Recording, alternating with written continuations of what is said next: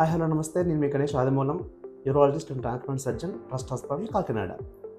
ఈరోజు మనం ఒక ఇంపార్టెంట్ టాపిక్ మాట్లాడుకుందాం. చాలామంది పేషెంట్లు అడుగుతూ ఉంటారండి, డాక్టర్ గారు బీర్ తాగొచ్చా లేదా, బీర్ తాగితే రాళ్ళు పడిపోతాయంట కదండి, రాళ్ళు రావంట కదండి అడుగుతూ ఉంటారు.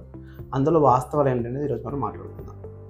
అయితే బీరు తాగితే బీరు తాగే పేషెంట్లకి కిడ్నీ రాళ్ళు తక్కువ వస్తాయని కొన్ని స్టడీస్ అయితే ఉన్నాయండి, కొన్ని పరిశోధనలు అయితే ఉన్నాయి. కానీ అసలు బీర్ తాగడం వల్ల రాళ్ళ మీద ప్రభావం ఏంటో ఈరోజు తెలుసుకుందాం. ముఖ్యంగా రాళ్ళు రాకుండా చేసేవేంటి అంటే ఫేవరబుల్గా ఉండేవి ఏంటి అంటే కనుక మన అందరికీ తెలుసు, బీర్లో ఎక్కువ వాటర్ కంటెంట్ ఉంటుంది.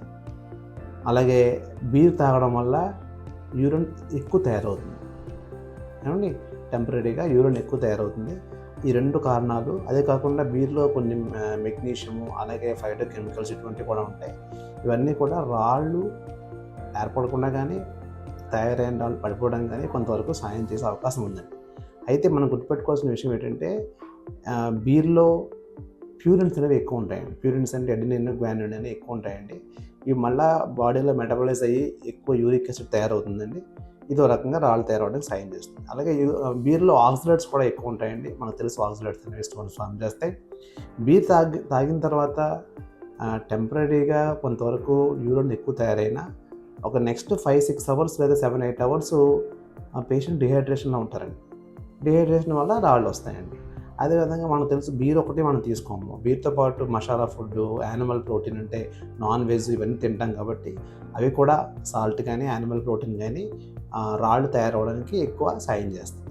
అదేవిధంగా దీర్ఘకాలంలో లాంగ్ టర్మ్లో కనుక మనం బీర్ ఎక్కువ తాగితే కనుక మనకి బీర్ బెల్లీ వస్తుంది, అంటే పొట్ట వస్తుంది అనమాట. పొట్ట అంటే ఒబేసిటీ కూడా ఒక రకమైనటువంటి రిస్క్ ఫ్యాక్టర్ ఫర్ స్టోన్స్ అనమాట. సో ఈ రకంగా చూస్తే కనుక కొన్ని స్టడీస్ ఫేవరబుల్గా ఉన్నప్పటికీ కూడా జనరల్గా చెప్పేది ఏంటంటే బీరు తాగితే లాంగ్ టర్మ్లో రాళ్ళు అనేవి ఎక్కువే వస్తాయి కానీ తగ్గడం అనేది జరగదనేది నా అభిప్రాయం అండి. మీకు ఎవరైనా డాక్టర్ గారు ఆపరేషన్ చెప్తానండి, సెకండ్ ఒపీనియన్ తీసుకునే ఆప్షన్ మీకు ఉంటుంది. మా దగ్గర యూరాలజీ ఆపరేషన్ సంబంధించి సెకండ్ ఒపీనియన్ ఫ్రీగా అందుబాటులో ఉంది, గమనించుకోండి. ఇదండి ఈరోజు వీడియో. మరో మంచి వీడియో అయితే మళ్ళీ కలుద్దాం. అంతవరకు సెలవు. By by, take care.